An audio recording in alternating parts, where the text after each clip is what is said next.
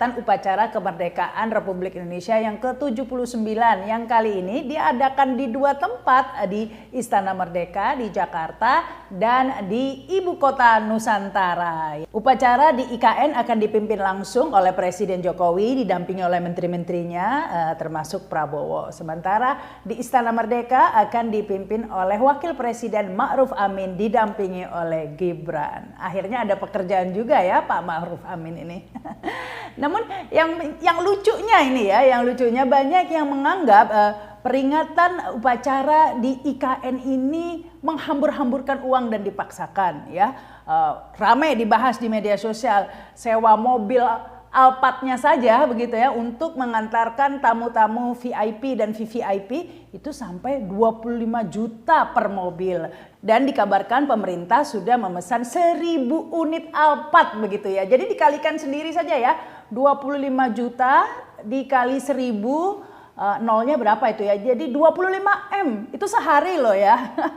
Jadi sobat miskin gak usah coba-coba menghitung ya, ini bisa sakit hati ya, bisa ketawa sambil menangis ini ngelihatnya. Bayangkan di tengah kondisi masyarakat Indonesia yang seperti ini ya, namanya HUT kemerdekaan hanya dinikmati secara berlebihan oleh elit-elit tertentu saja. Meskipun menurut Muldoko ini ya, nggak ada yang mahal buat hari kemerdekaan. Ini bukan buat hari kemerdekaan Pak, buat ya yang merayakan itu saja, yang di IKN yang diundang itu ya kan, yang VIP dan VVIP. Sementara rakyat Indonesia ya hanya bisa nyengir baca beritanya ya, 25 juta satu mobil sehari ya. Nah ini menjadi pertanyaan, kenapa nggak naik bis aja ya? Karena kalau kita lihat event-event internasional, misalnya Ronaldo, Messi saja begitu kan naik bis ya. Kenapa ini pejabat-pejabat di Indonesia tidak menggunakan bis saja ya, sehingga bisa dihemat ya? Atau kalau mau lebih hemat lagi, pakai mobil SMK aja Pak. Ini luar biasa memang ya.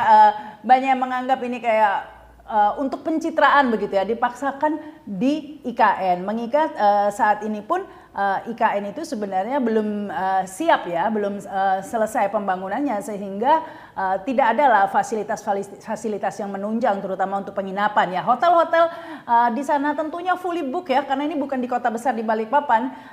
Nah ini yang lucunya lagi nih ya, kabarnya petugas upacara dan tamu-tamu lainnya tentunya yang bukan VIP atau VVIP harus nginep di tenda.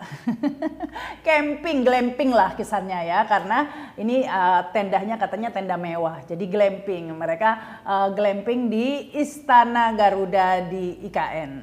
Makanya banyak yang lucu-lucu begitu ini ya, apalagi mobil Alphard tadi. Katanya IKN ini adalah Green City, yang pasti kalau Alphard kan bukan elektrik ya, pastinya menimbulkan polusi. Ada 1000 mobil yang datang sekaligus di IKN. Jadi suka kontradiksi begitu ya.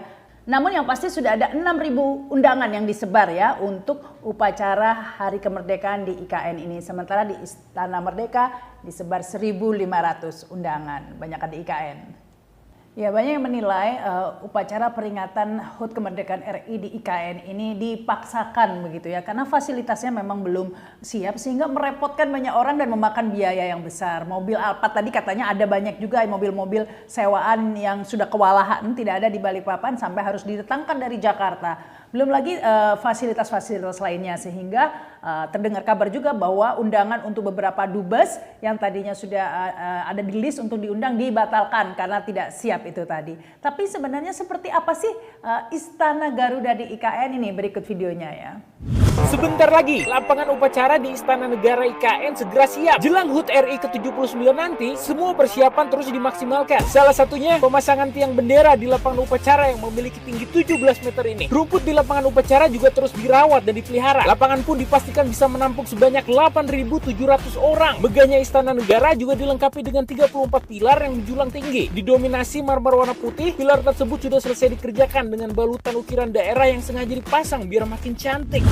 Tapi tentu saja bukan hanya dilihat dari kemegahan burung Garuda dan lain sebagainya ya. Yang dipertanyakan adalah kesiapan untuk melaksanakan dan pindah ibu kota ke IKN ini ya. Karena jalannya aja ini kabarnya juga belum jadi ya, dibutuhkan dana sekitar 46 triliun hanya untuk membangun jalan nasional dan juga jalan tol di IKN. Nah, ini jalan tentunya masih vital ya, dan ini juga belum tersedia.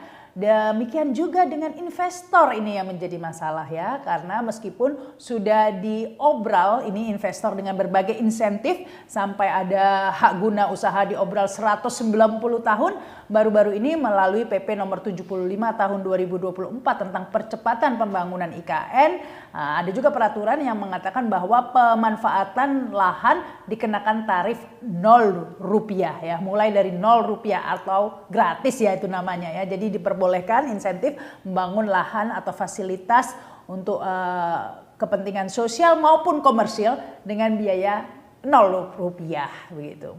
Tapi nyatanya tetap saja ini IKN sepi investor sampai Presiden perlu membuat atau membentuk Satgas investasi ya untuk mempercepat investasi di IKN ini, dengan ketuanya adalah Bahlil dan wakilnya AHY begitu. Tapi seperti biasa Presiden Jokowi tetap percaya diri, tidak memperdulikan berbagai masukan seperti kereta cepat yang berdampak akhirnya hutang menumpuk dan proyek-proyek mangkrak lainnya, bandara dan lain sebagainya. Ini IKN tetap jalan terus, bahkan upacara ini meskipun dipaksakan akhirnya tetap dilaksanakan di IKN. Untuk apa? Tentunya kita tidak tahu ya mengapa harus dipaksakan, karena kesannya kayak ini nggak sih ya, kayak pencitraan begitu. Aduh Pak, kalau memang untuk pencitraan, mending pencitraan digorong-gorong aja deh, lebih murah.